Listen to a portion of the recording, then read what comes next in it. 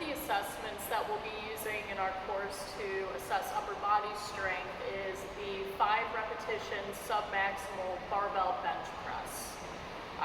We will practice this in class, and there are 2 major components to this movement, the actual barbell benching as well as the spotting.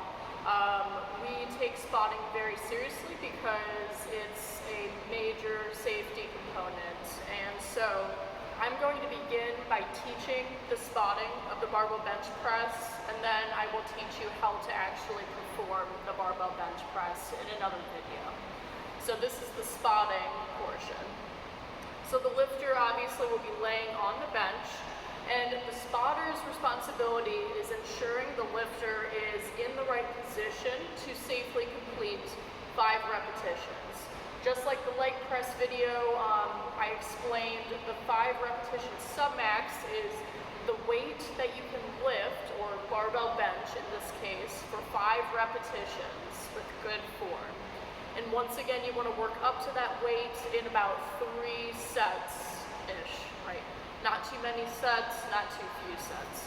But as for spotting, spotter's responsibility first, when the lifter is laying down on the bench, is to ensure that the lifter's eyes are directly underneath this barbell. If the lifter's eyes are behind the barbell, it's likely that when they unrack the bar and begin lifting, they're going to hit these hooks here if they're too far back. That's why we make sure from the start the lifter's eyes are under the barbell so that when they do lift it out, they're benching here and clearing these hooks. That's the first thing. The second thing is to make sure that the lifter's grip is even, right? So if you look at the break on this barbell between the smooth and the rough part, that is called the knurling. So we always use the knurling as a reference point to make sure that the lifter's hands are even. I often suggest going about thumb's width from the knurling, or maybe a tad bit wider. If you're a male or have longer arms, sometimes I suggest looking to the thinner knurling wider out on the bar and putting your ring finger on that. It's whatever grip you can stay within a 90-degree angle with your elbow and comfortable shoulder health and position. But with the spotter's responsibilities, we want to make sure that the grip is even on the bar and that they're not, for instance, more narrow to the knurling with the right arm versus the left. After you've made sure their eyes are under the bar and that their grip is even on the bar and that they're wrapping their thumbs around the bar rather than doing this with thumbs wrapped around, after the spotter makes sure that they have accomplished those 3 setup criteria, the spotter then uses a switch grip as opposed to an underhand grip or an overhand grip. We always use switch grip for the best leverage and for safety reasons when spotting. The spotter puts their switch grip in the middle of the lifter's hands. If we have our hands outside of the lifter's hands, we risk pinching our fingers in the hooks when we re-rack the bar. Thus, spotters put their hands in the middle, switch grip. We have the lifter tell the spotter when they are ready to begin the set. The lifter says 1, 2, 3, and then up. And on up, both the lifter and the spotter split the effort 50-50 in lifting the bar off the hooks, taking the bar forward over the lifter's chest, and then at that point, when I, as the spotter, see that my lifter has control over the bar, I then let the bar go. I will let the bar go because the lifter has it in their grip, and I will let them begin their set.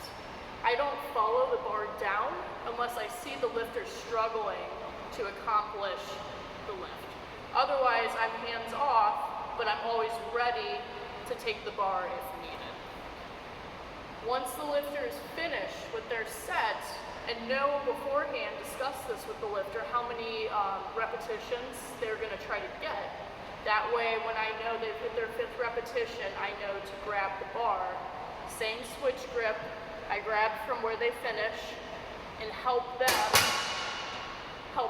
pull the bar into the hooks. You can hear how loud I pulled that in. It's not going over the top, but it's making sure that you're actually pulling the bar into the hooks rather than just assuming you're in the hooks and then missing, right? So pull the bar all the way until you hear it hit the hooks and set it down. The lift off and the re-rack movements are 50-50 effort between the spotter and the lifter. However, it's quite possible that the lifter is going to be exhausted by the end of the set. That's why the spotter needs to be fully prepared to take the majority of that load. And that's something you need to discuss as well beforehand. If you can handle, as a spotter, if you can handle the weight that they're lifting. So, set up, eyes under the bar, even grip, wrapped thumbs. You do switch grip in the middle. Lifter says 1, 2, 3, up, and you both lift it up over their chest. When they have control, you let go, let them begin their set. When they hit the number of reps that you discussed, or when you see that they're failing or need help, you then take the bar and pull it back into the hooks. It's also possible that, let's say they want to do 5 repetitions, and maybe on the 3rd or 4th repetition, they're getting stuck maybe about halfway up, but they're not quite failing yet. You can always guide the bar very, very lightly as a spotter to give a little bit of assistance without just taking the bar away from them. So know as a spotter when to assist and how much to assist. It really is an art, and that's why it's such a big deal to us, because it has a major impact on the outcome of the set as well as the safety of the lifter.